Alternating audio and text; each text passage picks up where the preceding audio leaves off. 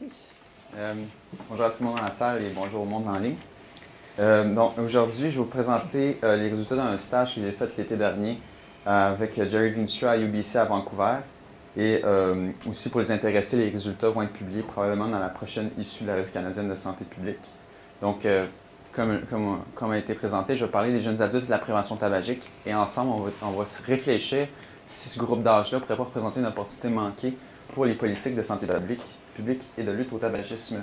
Donc, je vous propose une structure assez simple. Je vais parler en deux temps du problème du tabagisme, donc en quoi ça représente la lutte au tabagisme représente une victoire, mais comme quoi il y a aussi des enjeux au Canada. Et ensuite, on va réfléchir à comment ces enjeux peuvent être pensés chez les jeunes adultes. Je vais présenter donc 3 questions de recherche et ensuite, je vais présenter les méthodes que j'ai répondues et on va revenir là-dessus en conclusion. Donc, le problème, donc le tabagisme, probablement, si vous êtes proche de la santé publique, vous savez que c'est une des premières causes de mortalité et de morbidité évitable au Canada et dans les autres pays occidentaux. Donc, et aussi, on peut, comme le graphique le montre, on voit que c'est aussi une des pierres d'assises de la santé publique moderne et que c'est une de ses plus grandes victoires.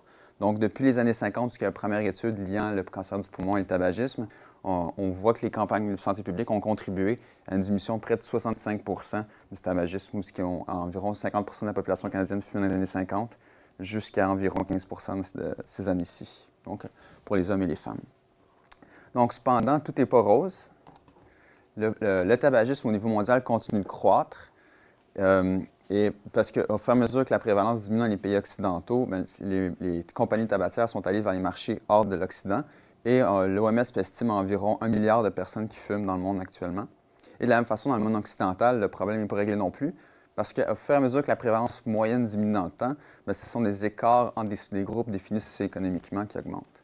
Par exemple, dans les deux graphiques ici, vous voyez chez les femmes et chez les hommes, à gauche et à droite, la prévalence définie selon le niveau d'éducation. Donc, vous avez la ligne, par exemple, chez les femmes, la ligne la plus haute représente les personnes qui n'ont pas terminé un diplôme de secondaire 5 et la ligne la plus basse représente celles qui ont terminé un diplôme universitaire.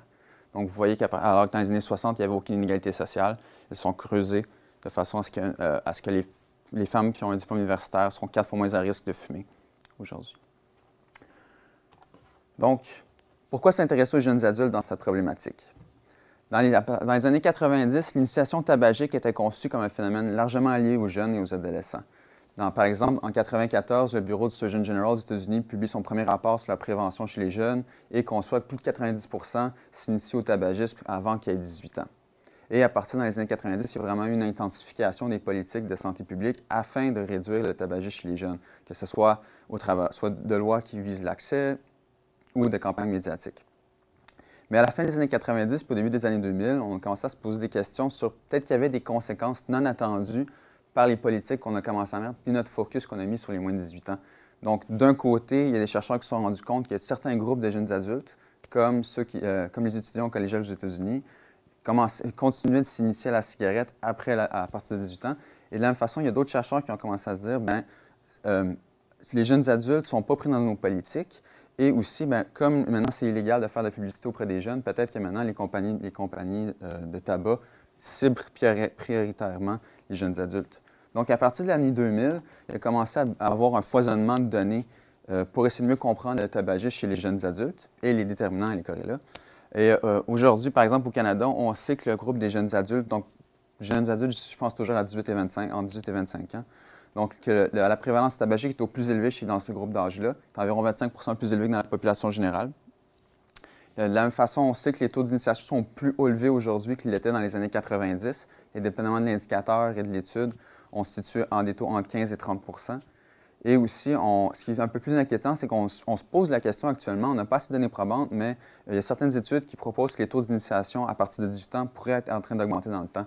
Par exemple, il y a une étude américaine qui a examiné dans différentes cohortes séquentielles depuis les années 70 que les taux d'initiation à la première cigarette et au tabagisme occasionnel auraient presque doublé en taux depuis les années 70. Donc, de la même façon, il y a encore peu de données probantes sur les déterminants et les corrélats. Pour les meilleures données probantes, sont sur des déterminants qui sont très proximaux, qui sont liés au comportement associé ou à des mécanismes psychosociaux comme l'utilisation d'alcool et de drogue, l'exposition au tabagisme, à la publicité, les normes positives, etc. Pour ce qui est, on a aussi l'évidence sur le fait que les hommes sont beaucoup plus à risque de s'initier à la cigarette et de devenir fumeurs à partir de 18 ans.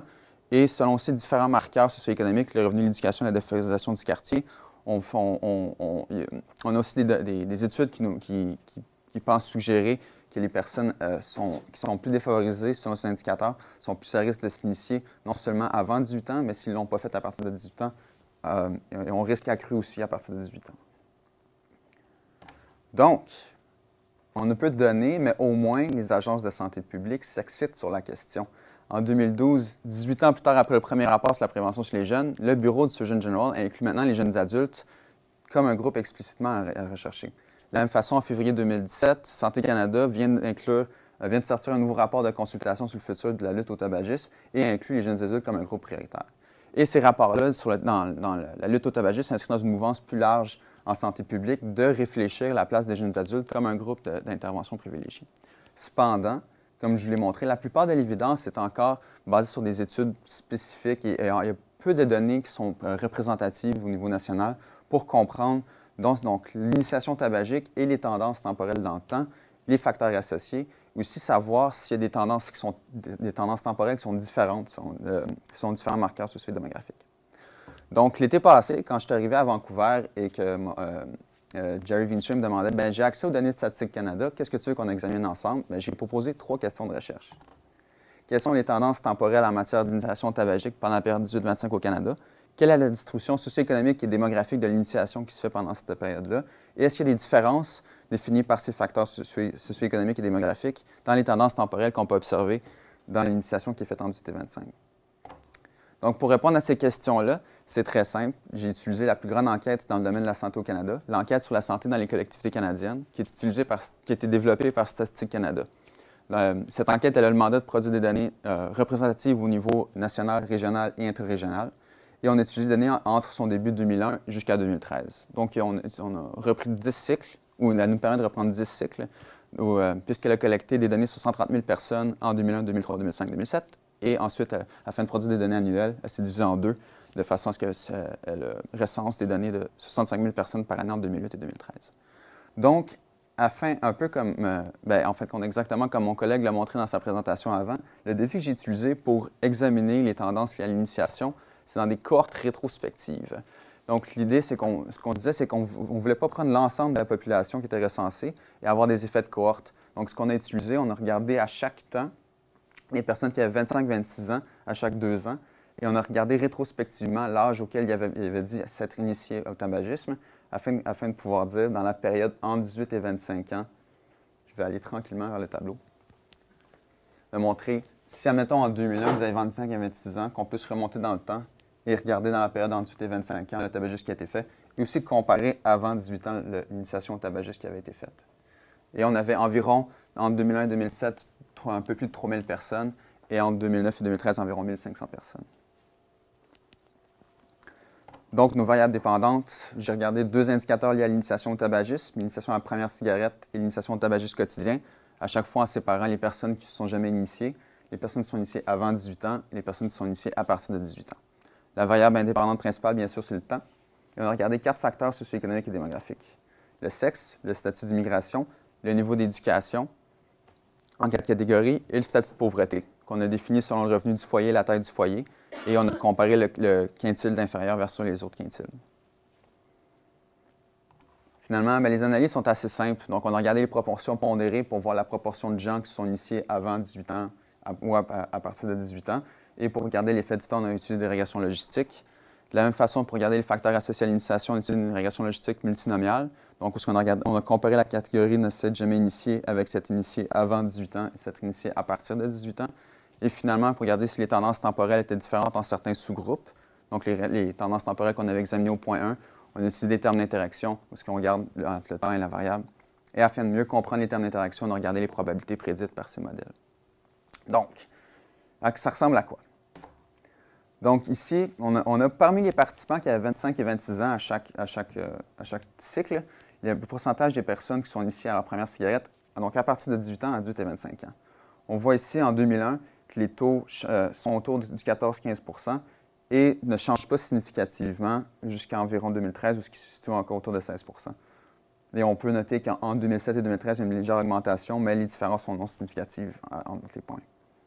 Donc, de la même façon, quand on regarde le tabagisme quotidien qui est fait entre 18 et 25 ans parmi nos participants, sauf pour 2001 où il y a une petite accroissement qui est non significatif, on voit que les taux reste entre 7 et 8 en 2003 et 2013.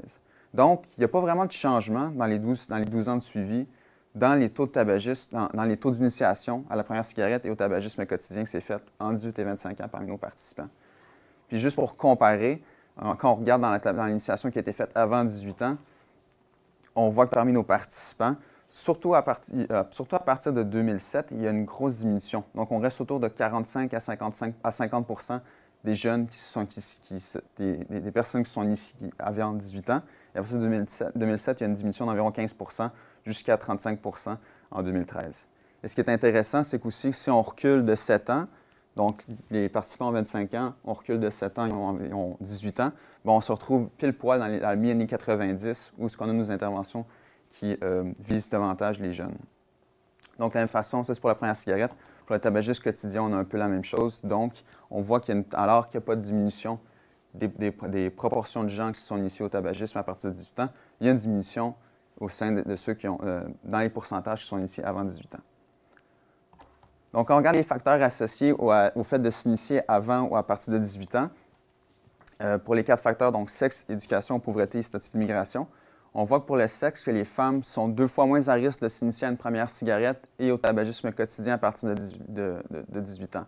Donc, il y a une différence encore plus marquée par rapport à l'initiation qui est faite avant 18 ans. De la même façon, pour l'éducation, on voit qu'il y a des différences. On voit que ceux qui avaient, comparativement à ceux qui avaient un diplôme postsecondaire complété, les gens qui avaient un niveau d'éducation inférieur avaient un plus grand risque de s'initier à une première cigarette avant 18 ans, et aussi à partir de 18 ans pour ceux qui n'avaient pas complété un diplôme postsecondaire. Et de la même façon, pour le tabagisme quotidien, ceux qui ont un niveau d'éducation inférieur avaient un risque plus élevé de s'initier. Donc, par exemple, ceux qui n'ont pas terminé un diplôme de secondaire 5 à 25 ans avaient environ 2,6 fois plus à risque de s'initier au tabagisme quotidien entre 18 et 25 ans. Pour le statut de pauvreté et le statut d'immigration, alors que c'était associé à l'initiation tabagique avant 18 ans, ce n'est pas des facteurs qui sont associés dans la période entre 18 et 25 ans. Donc, finalement, on avait regardé, je rappelle qu'on avait regardé avec nos termes d'interaction si, au sein des tendances qui étaient stagnantes dans la période 18-25 et dans les tendances qui diminuaient dans les taux d'initiation avant 18 ans, est-ce qu'il y avait des sous-catégories ou des sous-groupes où il y avait des tendances temporelles? Est-ce qu'on pouvait, apprécier que parmi certains groupes, qu'il y ait quand même une diminution des taux d'initiation de 18 et 25 ans?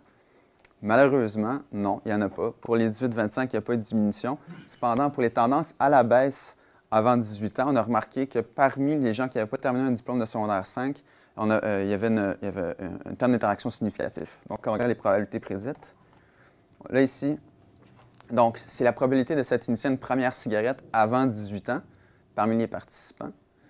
Et l'idée, c'est qu'on voit que ici, la ligne du bas, c'est les gens qui ont terminé un diplôme postsecondaire. Ils représentent bien la tendance générale où il y a une diminution moyenne du taux d'initiation avant 18 ans à une première cigarette. Cependant, la ligne du haut, que les personnes qui n'ont pas terminé un diplôme de secondaire 5, on voit que non seulement ils ont un risque beaucoup plus accru de s'initier à une première cigarette, mais aussi ils n'ont pas apprécié la même diminution du risque moyen dans le temps.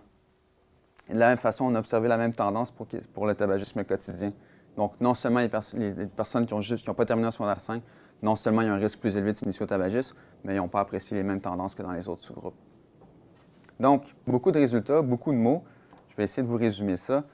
En gros, pour les tendances temporelles, les proportions d'initiation à une première cigarette et d'intensification au tabagisme quotidien dans la période du 25 n'ont pas diminué sur la période d'observation de 2001 et 2013, parmi les participants. Donc, en 2013, relativement, 30 de ceux qui sont initiés à une première cigarette l'ont fait entre 18 et 25 ans. C'est une augmentation de 50 relativement ou de 10 points de pourcentage par rapport aux participants en 2001. De la même façon, en 2013, 40 de ceux qui sont initiés au tabagisme quotidien l'ont fait dans la période entre 18 et 25 ans, donc c'est une augmentation de 5 points de pourcentage par rapport à 2001. Donc, pour ce qui est de la distribution sociodémographique, avoir un faible niveau d'éducation est fortement associé au risque de s'initier et d'intensifier son comportement tabagique entre 18 et 25 ans. Et aussi, on a vu que les hommes étaient 2 fois plus à risque de s'initier à une première cigarette et d'intensifier leur comportement à partir de 18 ans. Et finalement, on a observé que parmi les tendances positives qu'on a observées dans l'initiation qui est faite avant 18 ans, parmi ceux qui n'ont pas complété leur secondaire 5, ils semblent n'avoir apprécié aucune diminution de ce risque tabagique dans le temps. Donc, en gros, si on pouvait résumer les résultats que j'ai présentés, la progression du comportement tabagique se produit de plus en plus pendant la période 18-25. Donc, il faut réfléchir à laisser une place beaucoup plus grande aux jeunes adultes dans nos futurs plans de lutte au tabagisme. Mais de la même façon, il faut aussi tenir compte que c'est un comportement qui se distribue de façon inégale et que nos interventions et nos politiques peuvent avoir un effet inégal selon les couches sociales. Concrètement, ça veut dire quoi? Ça veut dire adapter les analyses populationnelles qu'on fait lorsqu'on s'intéresse au tabagisme. Ça veut dire que lorsque Statistique Canada fait des rapports annuels, ou quand il y a un rapport annuel au Canada qui s'appelle Tobacco Use in Canada, lorsqu'on produit ces données de surveillance-là pour essayer de comprendre le phénomène tabagique au Canada, il faut considérer qu'on ne peut plus juste étudier les moins de 18 ans et la population générale, mais essayer de comprendre, de laisser une plus grande place aux jeunes adultes pour comprendre qu'ils ont un phénomène tabagique unique. De la même façon, ça demande d'étendre les politiques antitabagiques auprès des jeunes et des adolescents et de les étendre chez les jeunes adultes. Donc, c'est de réfléchir, est-ce que certaines des interventions qui marchent en ce moment pourraient être étendues? Par exemple, d'interdire les cigarettes près des écoles secondaires, est-ce qu'on peut les étendre auprès des cégeps, auprès des universités? De la même façon, ça demande d'établir une politique globale auprès des jeunes adultes. Ça veut dire de considérer que les déterminants associés au tabagisme chez les adolescents sont différents de ceux chez les jeunes adultes parce qu'ils vivent dans des environnements différents. Ils vont quitter leurs parents, ils vont fonder des familles, ils étudient dans des environnements différents, ils rentrent sur le marché du travail. Et c'est de penser chacun de ces milieux comme des leviers potentiels d'intervention. Ça demande aussi de donner une voix aux jeunes adultes et de les inclure dans la création de politiques. Et finalement, ça demande de placer plus d'importance aux autres institutions hors de la santé publique qui sont près des jeunes adultes et développer des approches intersectorielles. Donc, ça demande de communiquer avec les ministères de l'Éducation et du marché de l'emploi et aussi les pouvoirs qui sont plus près des jeunes adultes sur les plus démunis, comme les soins de santé, le système judiciaire et le placement familial. Donc, je vous remercie beaucoup. Je tiens à remercier Jerry Veenstra à UBC pour m'avoir épaulé dans ce projet, Catherine Follick, ma superviseure, pour m'avoir poussé à faire un stage doctoral, les organismes financiers qui m'ont supporté dans les différentes parties de ce projet, donc FRQS, IRSC et le ministère de l'Éducation, et les SPUM pour avoir organisé ce beau séminaire aujourd'hui. Et en conclusion, comme c'est un séminaire étudiant, je m'étais dit que je vais donner un peu un truc ou un conseil pour les futurs étudiants qui seraient intéressés peut-être à faire un stage. Puis malheureusement, ça avait plus d'effet il y a 2 semaines qu'on était censé le présenter parce que c'était la tempête de neige. Mais si j'ai un conseil pour un stage doctoral que vous voulez qu'il marche bien, je vous conseille d'aller quelque part où ce qui fait beau. Merci beaucoup.